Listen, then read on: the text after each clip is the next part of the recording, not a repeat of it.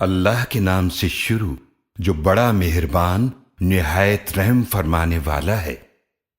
قیامت قریب آ گئی اور چاند دو ٹکڑے ہو گیا،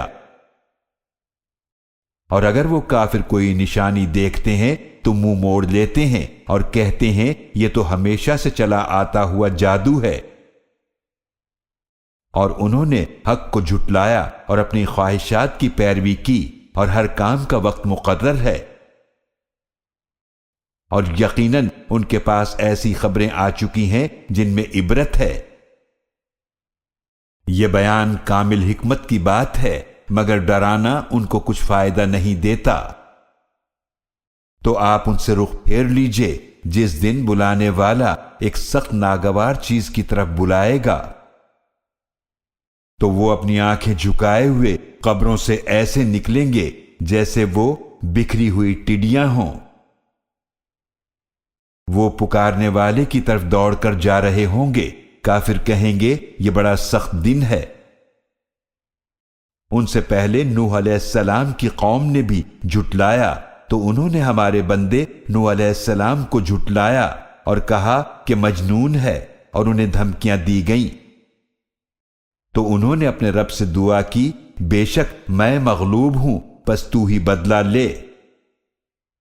پھر ہم نے آسمان کے دروازے کھول دیے زوردار بارش سے،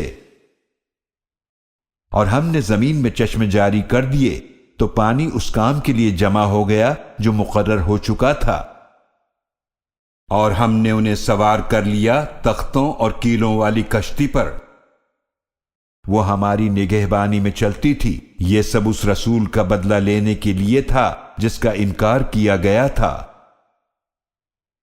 اور یقیناً ہم نے اسے نشانی کے طور پر چھوڑ دیا، تو کیا کوئی ہے نصیحت حاصل کرنے والا؟ تو دیکھ لو میرا عذاب اور میرا ڈرانا کیسا تھا۔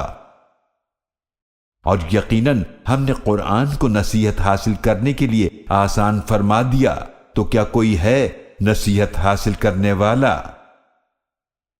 قوم عاد نے بھی جھٹلایا، تو دیکھ لو میرا عذاب اور ڈرانا کیسا تھا۔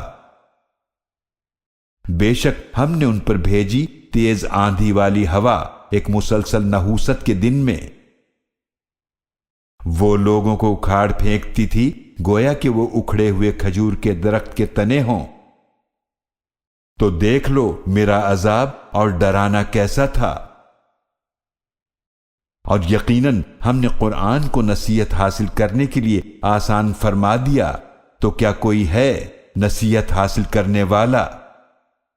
قوم سمود نے بھی ڈرانے والوں کو جھٹلایا، تو انہوں نے کہا کیا ایک آدمی جو ہم میں سے ہے ہم اس کی پیروی کریں؟ بے شک تب تو ہم ضرور گمراہی اور دیوانگی میں ہوں گے۔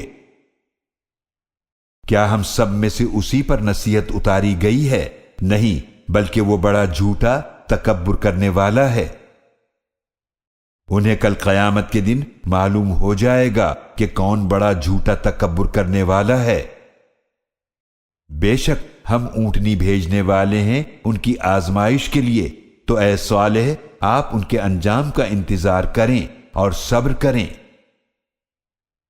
اور ان کو بتا دیں کہ ان کے اور اونٹنی کے درمیان پانی تقسیم کر دیا گیا ہے، ہر ایک اپنی باری پر حاضر ہوگا۔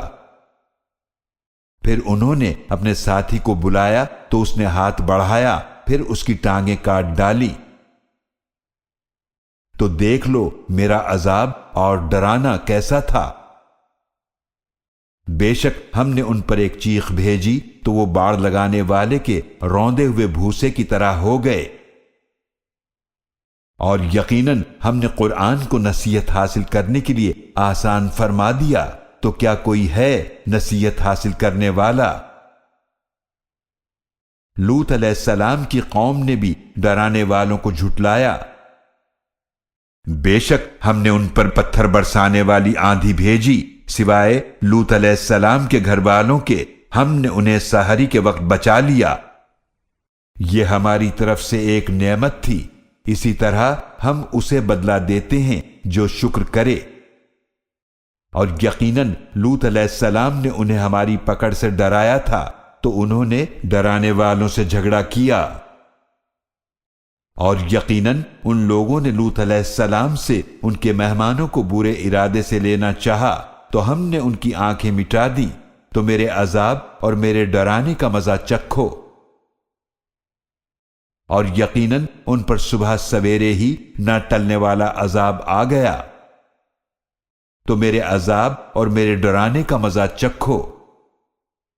اور یقیناً ہم نے قرآن کو نصیحت حاصل کرنے کے لیے آسان فرما دیا، تو کیا کوئی ہے نصیحت حاصل کرنے والا؟ اور یقیناً آئے آل فرعون کے پاس ڈرانے والے، انہوں نے ہماری تمام نشانیوں کو جھٹلا دیا تو ہم نے انہیں ایک بہت غالب صاحب قدرت کی پکڑ کی طرح پکڑا۔ کیا تمہارے کفار ان لوگوں سے اچھے ہیں یا تمہارے لیے آسمانی کتابوں میں معافی لکھی ہوئی ہے؟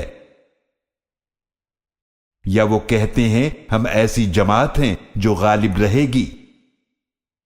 عنقریب وہ جماعت شکست کھائے گی اور وہ پیٹ پھیر کر بھاگ جائیں گے، بلکہ ان کے وعدے کا وقت تو قیامت ہے، اور قیامت بڑی سخت اور بڑی تلخ ہے۔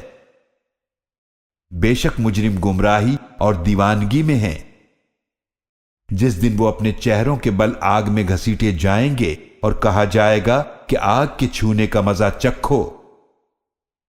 بے شک ہم نے ہر چیز کو ایک مقررہ اندازے کے مطابق پیدا فرمایا ہے، اور ہمارا حکم یکدم ایسے پورا ہوتا ہے جیسے آنکھ کا جھپکنا۔ اور یقیناً ہم تمہارے جیسے لوگوں کو ہلاک کر چکے ہیں، تو کیا کوئی ہے نصیحت حاصل کرنے والا؟ اور جو کچھ انہوں نے کیا اعمال ناموں میں درج ہے، ہر چھوٹا اور بڑا عمل لکھ دیا گیا ہے۔ بے شک پرہیزگار باغوں اور نہروں میں ہوں گے، عزت والے مقام میں، قدرت والے بادشاہ کے پاس۔